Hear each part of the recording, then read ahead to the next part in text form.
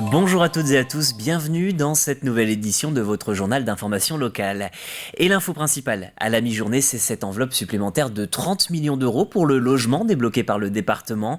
Une annonce à l'occasion de la réunion du deuxième trimestre du conseil départemental tenu aux Herbiers. Parmi les autres annonces sur ce dossier, l'accélération de la construction de logements sociaux en passant de 250 à 400 par an. Un soutien financier du département aux communes pour celles qui se lancent aussi dans la construction de logements. Ou encore l'expérimentation de logements temporaires pour les nouveaux salariés.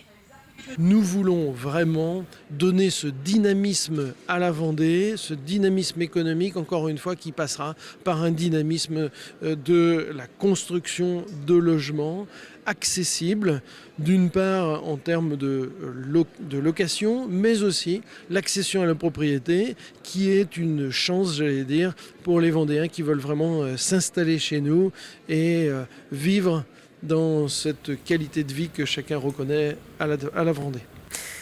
Et dans le reste de l'actualité, la saison estivale approche à grands pas pour les campings. Le pont de l'Ascension et le week-end pascal ont permis les derniers rodages, mais le gros des vacanciers ne va pas tarder pour les près de 400 campings vendéens.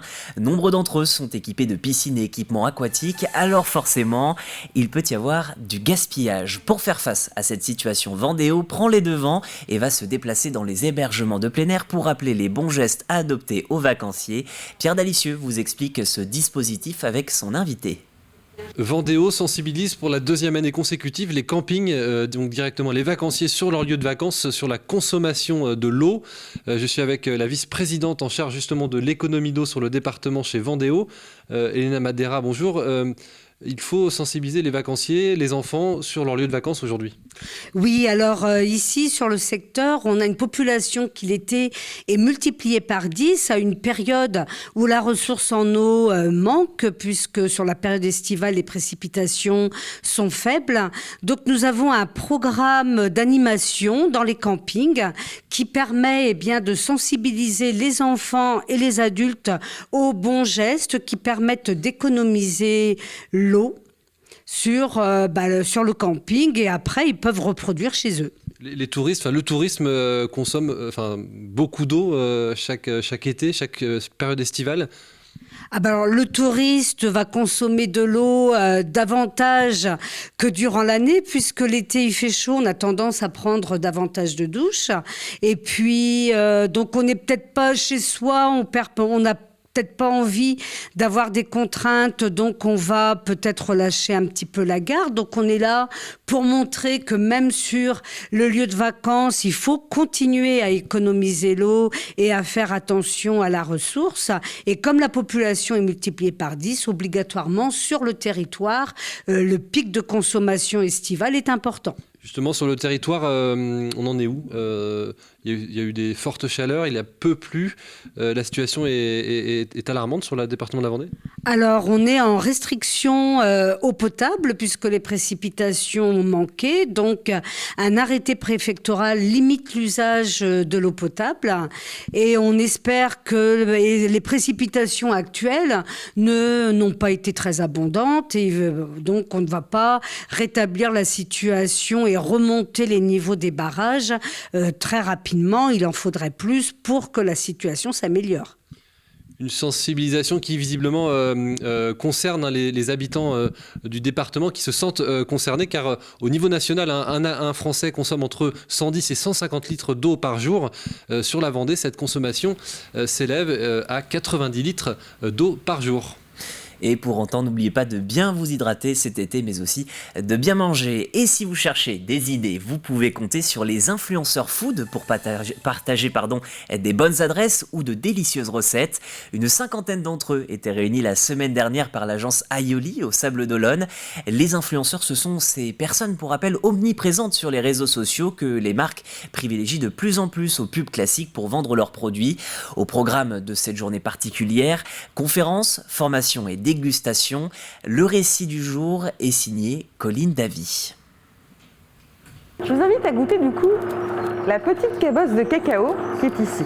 Une journée un peu particulière pour ces influenceurs. Ces créateurs de contenu sur les réseaux sociaux ont été invités le temps d'une après-midi au Sables d'Olonne. Au programme, rencontres, conférences et ateliers, ici, découverte du chocolat. Je suis une fan de chocolat, donc ça tombe très très bien. Et je trouve que c'est très intéressant de savoir comment ça se fait. C'est sympa, et puis ce qui est sympa aussi, c'est qu'on peut déranger les gens en faisant une vidéo, et on sait que ça va pas être mal pris, comme ça peut être mal pris par certains. Moi, je ne vis pas de mon compte Instagram. C'est une façon pour moi de rencontrer ma filière, la filière avec laquelle je travaille aussi en professionnel, et de rencontrer d'autres influenceurs et effectivement d'avoir du contenu pour mon compte Instagram. Pour les marques invitées, c'est l'occasion de créer du réseau et de lier, pourquoi pas, des partenariats, mais aussi de faire connaître leur travail auprès de ces professionnels. C'est déjà pour pouvoir informer en fait les influenceurs de ce métier qui est assez rare puisque nous sommes à peine une vingtaine en France à travailler selon la méthodologie donc Bean to Bar.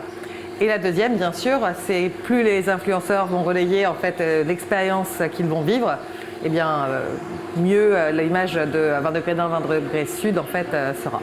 L'idée c'est de vous montrer qu'au final on peut quand même avec des règles de base en fait de photographie avoir des résultats très sympas même avec des smartphones. Des ateliers photos, une conférence Comment gagner sa vie grâce aux réseaux sociaux, une journée bien remplie donc. C'est aussi l'occasion de briser la frontière du numérique, parfois pesante. Derrière son téléphone, c'est un peu triste. Parfois, on a besoin aussi de proximité et aujourd'hui, on leur donne l'occasion en fait, d'aller rencontrer vraiment physiquement les marques, ce qui n'existe pas en Vendée.